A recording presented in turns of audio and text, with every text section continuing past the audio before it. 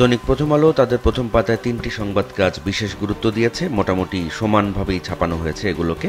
একটি শিরোনাম সংস্কার প্রশ্নে দলগুলোর ঐকমত্য নিয়ে সংশয়। এটি গতকাল ঐকমত্য কমিশনের আলোচনা ছিল এবং সেই আলোচনায় সাংবিধানিক প্রতিষ্ঠানে নিয়োগ কমিটি এবং উচ্চ কক্ষের গঠন নিয়ে আলোচনা হলেও সিদ্ধান্ত হয়নি, এমনটাই বলছে প্রথম আলোর এই সংবাদে। প্রথম আলোর প্রথম পাতাতে দেখা যাচ্ছে শিরোনাম এনবিআর আন্দোলন প্রত্যাহার। গতকাল যৌথ সংবাদ সম্মেলন হয়েছে এমনটি জানিয়ে এই সংবাদে বলা হচ্ছে, আন্দোলন প্রত্যাহারের ঘোষণা দেওয়া হয় রাত 9:30টার দিকে। ব্যবসায়ী নেতারা সংকট নিরসনে মধ্যস্থতা করেন। এনবিআর সংকট নিয়ে সরকারের কঠোর অবস্থান সংক্রান্ত আরেকটি প্রতিবেদন রয়েছে। এর সাথে সাথে এতে বলা হচ্ছে 5 উপদেষ্টা সমন্বয়ে কমিটি করা হয়েছে, চাকরি অত্যাবশ্যক ঘোষণা করা হয়েছে এবং আন্দোলনকারীদের বিরুদ্ধে দুদক অনুসন্ধানে নামছে সেটিও জানানো হয়েছে এই প্রতিবেদনে। নারীকে ধর্ষণের পর মারধর করে ভিডিও প্রচার, নিন্দা, ক্ষোভ, এই শিরোনামে প্রথম আলোর যে প্রতিবেদন সেটি কুমিল্লার মুরাদনগরের ঘটনা নিয়ে। এই ঘটনায় বলা হচ্ছে প্রধান অভিযুক্ত সহ 5 জনকে গ্রেপ্তার করেছে পুলিশ। ভিডিও অনলাইন থেকে সরাতে হাইকোর্ট নির্দেশ দিয়েছে, এমনটাও জানানো হয়েছে এই প্রতিবেদনে। প্রথম আলোর প্রথম পাতার শেষ দিককার খবর, বাংলাদেশ যুক্তরাষ্ট্রের মধ্যে শুল্ক চুক্তির সম্ভাবনা। এই খবরে বলা হচ্ছে 3রা এবং 4ঠা জুলাই ইউএসটিআর এর সঙ্গে বৈঠক রয়েছে বাংলাদেশের এবং যুক্তরাষ্ট্রে বাংলাদেশের নিরাপত্তা উপদেষ্টা রয়েছে, যাচ্ছেন বাণিজ্য উপদেষ্টাও, এমনটাও জানানো হয়েছে প্রথম আলোর এই প্রতিবেদনে। তাদের শেষ পাতার খবর, 2 জেলায় 2 জনকে পিটিয়ে হত্যা। এটি ধর্ষণ চেষ্টার অভিযোগে 2টি আলাদা জেলায় 2 জনকে পিটিয়ে হত্যার ঘটনা ঘটেছে, একটি কক্সবাজারে এবং একটি গাইবান্ধায়। সে খবরটি দিচ্ছে প্রথম আলোর এই প্রতিবেদন। ডেঙ্গুতে টানা 5 দিন ধরে মৃত্যু হচ্ছে। প্রথম আলো এই প্রতিবেদনে বলা হচ্ছে 5 দিনে অর্থাৎ 25 থেকে 29 জুন ডেঙ্গুতে মারা গেছেন 8 জন। দৈনিক সমকালের প্রধান প্রতিবেদন, নানামুখী চাপে আটকে আছে জেলা প্রশাসক পদায়ন। জনপ্রশাসনকে নিয়ে সমকালের এই প্রতিবেদনে বলা হচ্ছে 5.5 মাস আগে শুরু হলেও জেলা প্রশাসক বা ডিসি নিয়োগের বাছাই প্রক্রিয়া এখনো শেষ হয়নি। উপদেষ্টা পরিষদে অনুমোদন পর্যালোচনা করবে জাতিসংঘ। এটি ঢাকায় জাতিসংঘের মানবাধিকার হাইকমিশনের একটি কার্যালয় স্থাপনের প্রস্তাব, যেটি খসড়া নীতিগতভাবে অনুমোদন দিয়েছে অন্তর্বর্তী সরকারের উপদেষ্টা পরিষদ। তবে এই প্রতিবেদনে আরও বলা হচ্ছে সরকারের ভেতরে এ বিষয়ে বিরোধিতা রয়েছে। বলা হচ্ছে উন্নত দেশে এমন কোনো কার্যালয় নেই।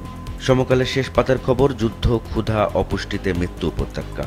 এটি গাজায় ইসরায়েলি হামলা এবং অবরোধের বিষয়ে খবর। এই খবরে বলা হচ্ছে এই কারণে অপুষ্টির শিকার হয়ে এখন পর্যন্ত 66 জন শিশুর মৃত্যু হয়েছে এবং হাসপাতালে ভর্তি রয়েছে 5000-এর বেশি।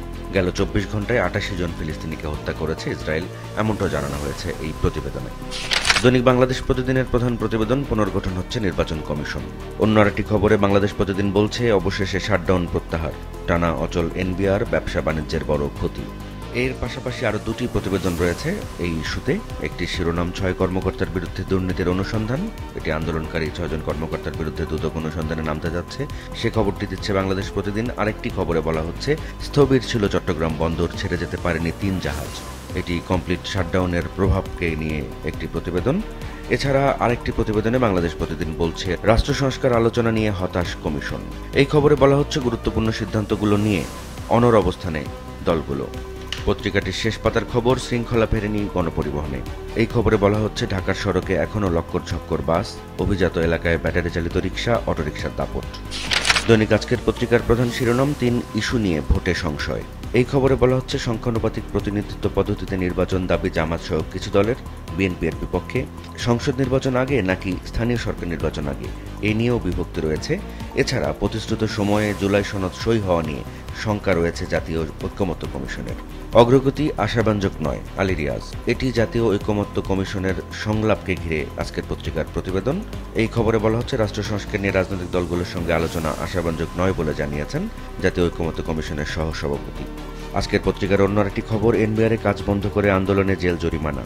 এই খবরের পাশাপাশি এক কলমের আরেকটি খবরে বলা হচ্ছে ব্যবসায়ী নেতাদের উদ্যোগ, শাটডাউন কর্মসূচি প্রত্যাহার।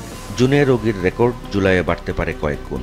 ডেঙ্গু পরিস্থিতি নিয়ে আজকের পত্রিকার এই প্রতিবেদনে বলা হচ্ছে সারা বছরের যত রোগী হয়েছিল তার 56% রোগী এসেছে জুনে। গৃহবধূকে ধর্ষণের অভিযোগে 1, ভিডিও ছড়ানোয় গ্রেপ্তার 4। কুমিল্লার মুরাদনগরে গৃহবধূ ধর্ষণের ঘটনার যে খবর সেটি ছাপা হয়েছে এই শিরোনামে। কয়েক মাসের মধ্যেই পরমাণু কার্যক্রমে ফিরবে ইরান, এটি আন্তর্জাতিক খবর। দৈনিক যুগান্তরের প্রধান শিরোনাম, হার্ডলাইনে মিলল সমাধান। এটি এনবিআর সংকট নিয়ে তাদের প্রতিবেদন। এই খবরে বলা হচ্ছে ব্যবসায়ীদের মধ্যস্থতায় কর্মসূচি প্রত্যাহার হয়েছে শেষ পর্যন্ত। জাতীয় ঐকমত্য কমিশনের বৈঠক নিয়ে যুগান্তরের যে খবর তার শিরোনাম, দ্বিকক্ষ সংসদে নীতিগত মত অধিকাংশ দলের। মুরাদনগরে ধর্ষণ কাণ্ড নিয়ে যুগান্তর যে প্রতিবেদন করেছে তার শিরোনাম করেছে ছাত্রলীগ নেতা সুমনের নেতৃত্বে নির্যাতন। এই খবরে আরও জানানো হচ্ছে হতাসহ 5 জন গ্রেপ্তার হয়েছে এবং ভিডিও ছবি 24 ঘন্টার মধ্যে অনলাইন থেকে সরানোর নির্দেশ দিয়েছে আদালত। এই খবরটিও রয়েছে এই প্রতিবেদনে। এছাড়া যুগান্তর আরেকটি প্রতিবেদনে বলছে মুরাদনগরে এক উপদেষ্টা ক্ষমতার অপব্যবহার করেছেন।